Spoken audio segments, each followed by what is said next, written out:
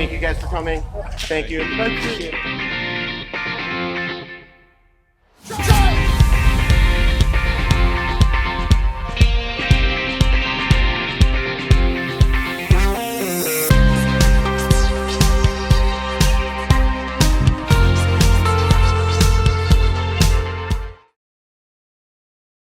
We have a variety of strikes in Hapkido. In this lesson, we're going to go over our most basic strikes. In the next lesson, we're going to go over some more advanced ones.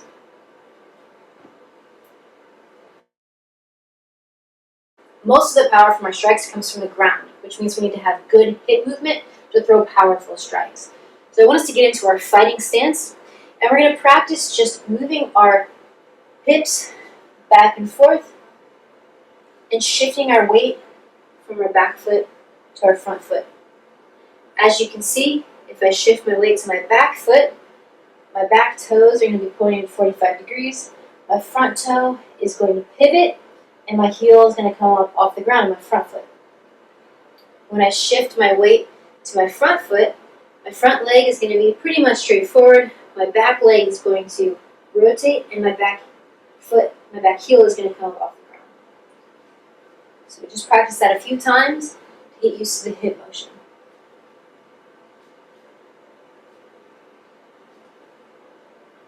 Every time we throw a punch, we want to exhale and tighten our abs. This gives me a little extra power with my punch, but as you can see, every time I throw a strike, I'm going to have some vulnerability here. So I want to make sure that my abs are as hard as they can be, so I'm a little bit more protected. When we start to add our strikes in, strikes off the front hand are going to be called jabs, strikes off the back hand are going to be called our crosses. Jabs are going to be a little bit faster, but weaker than our crosses. Crosses are going to be slower, but more powerful than our jabs. When we throw a jab, we're going to sink most of our weight onto our back foot, and it's almost like it's chambering or loading our cross. When we throw our cross, that weight is going to shift into our front foot, and we're going to fire a punch. So jab, cross. All the strikes that we're going to learn for this video are going to be on an attacker in striking range. So what that means is, typically, if I'm in kicking range, I can reach my opponent with my foot, but not my hands necessarily. Once I'm in striking range, a kick isn't always going to be the best option because we're generally going to be a little too close for a lot of our kicks, but I can strike very easily. But now I can't do any hooks or uppercuts very well. Once we get into our grappling range, that's when we can start getting into hooks, uppercuts, and some more diverse strikes. The first strike we're going to do is a reverse punch. To do this punch, we need to make a fist. You should curl your fingers down and put your thumb between your first and second knuckle right there. We want to avoid having our thumb underneath our fingers because it's a very easy way to break your thumb, or too high up on the fist because you're not going to have a very powerful fist that way. So between the first and the second knuckle is ideal for your fist. Now when I throw a punch, I'm immediately going to bring it back. We don't want to get in the habit of throwing it and leaving it out too long. My shoulder is going to cover my jawline. I'm punching straight ahead, directly at my attacker. And my backhand returns back to protect my face. When people first start learning how to strike, they kind of start doing this weird swimming thing. So we want to make sure that our strikes are direct, straight in front, and straight back. When we fire the reverse punch, we're going to start out with our front hand, which is our jab hand, and we're going to follow up with our back hand, which is our cross hand.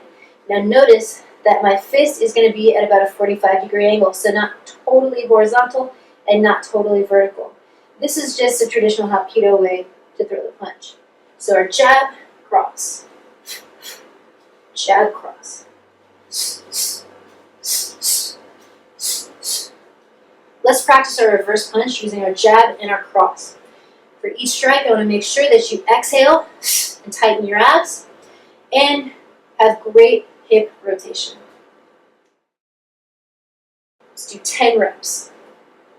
1, 2, 3, 4, 5, 6, 7, 8, 9, 10. Typically in Hapkido, we end our reps with a kia, which is a loud yell. However, in this situation, if you happen to have neighbors like me, that might not be very appropriate. Just so you know, in class, you would be expected to kia. When we start to add on to some of our beginning punches, I like to think of the movie Hook, where Captain Hook changes his hook out depending on how he wants to use his hand.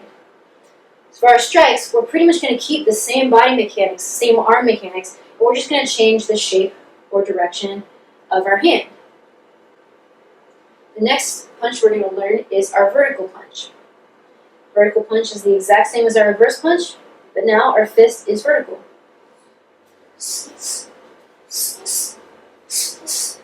Let's practice it a few times.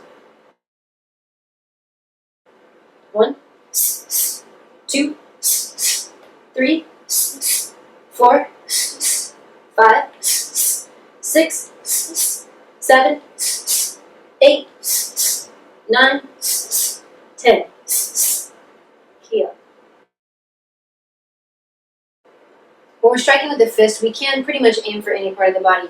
We can strike extra low, strike high to the face, but what we do need to consider is that we are using bone, and bone breaks. So if I were to strike someone in the head, I actually increase the risk of breaking my knuckles. A good remedy for that is using our palms. The next strike we're going to learn is our palm heel strike. For this strike, I'm going to come in towards my attacker's face, either the nose or chin area, and up, right? So it's in and up a little bit. My fingers are going to be completely together, all right? And I kind of curl my palms in, so I shouldn't be able to clap too well, right? Palms are too flat, clap pretty well. Palms curled in a little bit, I'm not going to clap very well. The reason we want our fingers together is because they're stronger together.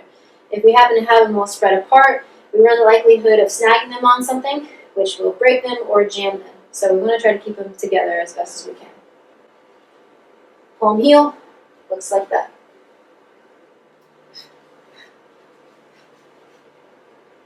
In the last exercise, I had us focus on our exhaling, tightening our abs, and moving our hips, making sure we had good rotation.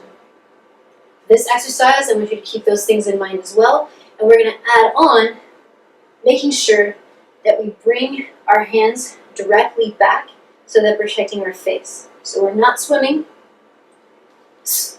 they're directly coming back. Let's practice 10 reps of our palm heel strike. 1, 2, 3, 4, 5, 6, 7, 8, 9, 10. Keeping our same palm shape, we're now going to point our fingers toward our attacker, and we're aiming more toward the neck. Boom, boom. This is called the ridge hand. Notice that I'm not just shooting straight towards the throat, which you can do. It's just not as powerful of a strike. I'm coming around just a little bit so that I reach the neck. Not a huge haymaker, anything like that. Just a little bit so I'm able to target the neck. For the ridge hand, I'm trying to strike with the meaty part of my thumb. So it's actually the lower part of my thumb. I don't want to hit with my fingers. It's not going to be very powerful. Let's practice the ridge hand, and let's switch feet just to get practice on both sides. Now, in Hapkido class, typically when we switch feet, we would key up, but since we might all be at home right now or surrounded by neighbors, something like that, let's limit how much we scream in our apartment. 1, 2, 3, 4, 5, 6, 7, 8, 9, 10. Next strike is going to be the tiger mount. Our hand shape is going to be the exact same as our palm heel and our rich hand, but now we're attacking toward the front with our hand. Some people like to open up the hand, so make a nice C, and strike that way, and that's totally fine, especially if that helps you memorize the difference between the strikes. So this one again is going to be coming straight at the front of the throat, or even up towards the nose. Tiger mouth.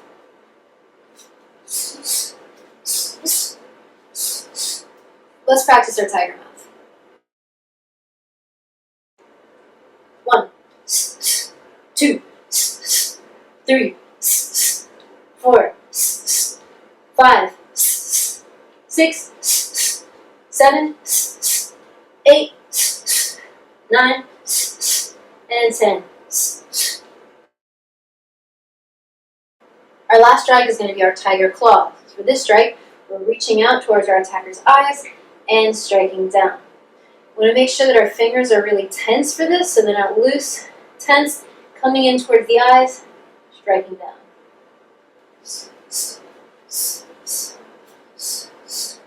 Let's practice 10 reps of our tiger claw. 1, 2, 3, 4, 5, 6, 7, 8, 9, 10. That's all we have for our basic strikes. In our next lesson, we're going to add some more advanced ones.